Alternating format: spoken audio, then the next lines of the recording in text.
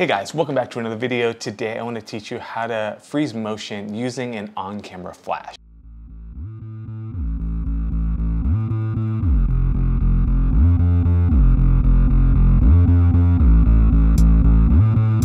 Alright, so this is a really cool technique to isolate your subject and blur out your background.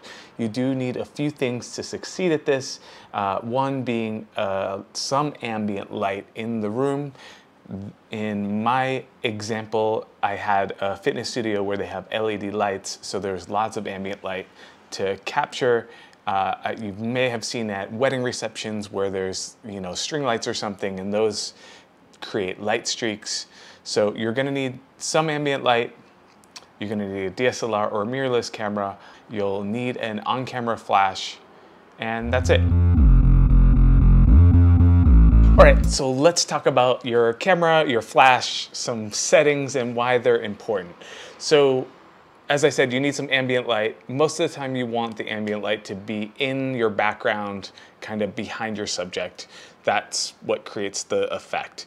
But so let's talk about the flash. This is a Profoto A1. Most flashes are the same. They have a couple different settings. One is TTL, which means through the lens metering. So whatever your camera's meter is picking up on, whatever the light is, that is what flash output you put out. So the power will change depending on what you're shooting. I generally flip mine and highly recommend flipping it to manual mode and then starting at the lowest power setting that your flash has to offer. One of my old flashes that I used a lot of, the lowest setting was 1/64th of a second, and I looked up the flash duration on that when the output of the flash, it's 1/30,000th of a second. So that's why your image is so sharp, because when your shutter opens up, your flash goes out, puts light on your subject, freezes the motion, then your ambient light is coming in to whatever your camera is set at. There are two different modes for using long exposure.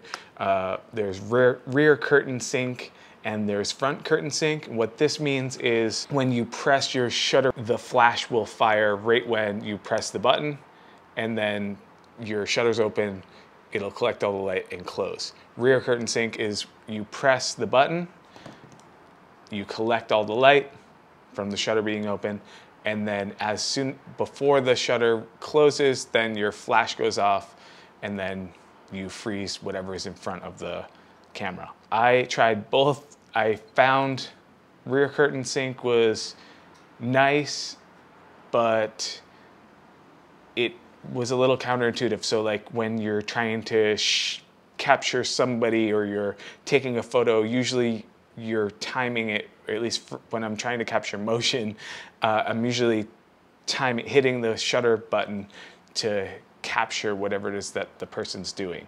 So when you're using rear curtain, you're kind of like leaving it to chance. Whatever the end pose is that they're on is what you're capturing. So I typically keep mine in front curtain sync, manual mode, lowest power setting. On a 24mm lens, this is a perfect place to get like a waist up shot.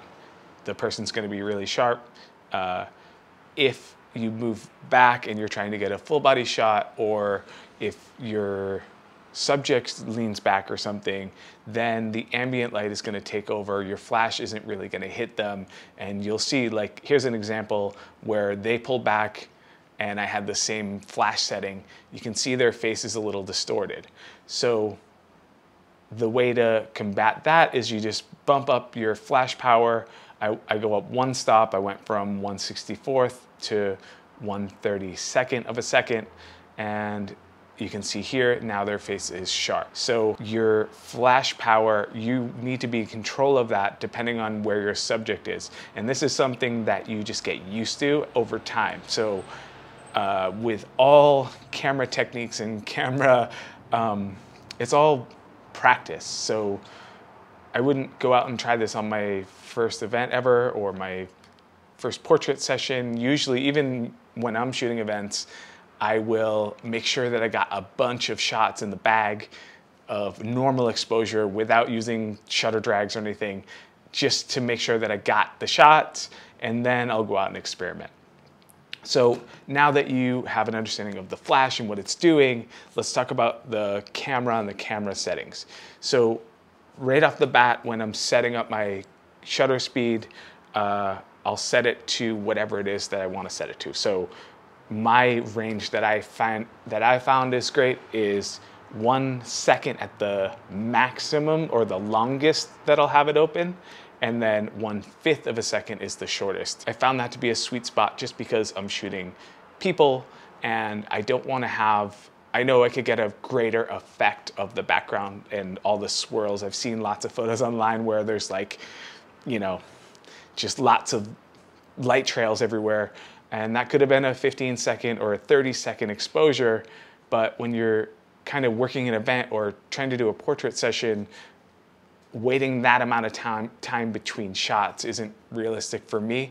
So 1 second's the longest, and then, you know, when you press the button, your shutter opens, your flash fires, then you start to move your camera around, and that's what creates like the light streaks. I did one where I twisted the camera. Here's an example of it.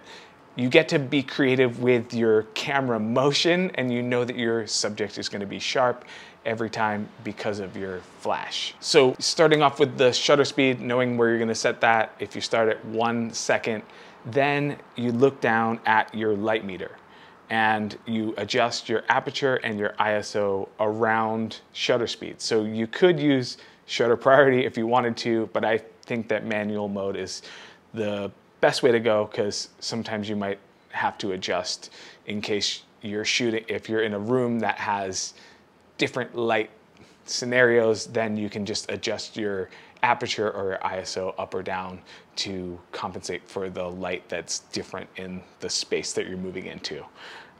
Once you're at the dead middle of the exposure, then you put your flash on and then you're good to go. I highly recommend that you experiment with different shutter speeds just to see what works for you. If you have the patience, or your subjects have the patience to work with longer exposures, then go for it. See what works for you, make it your own.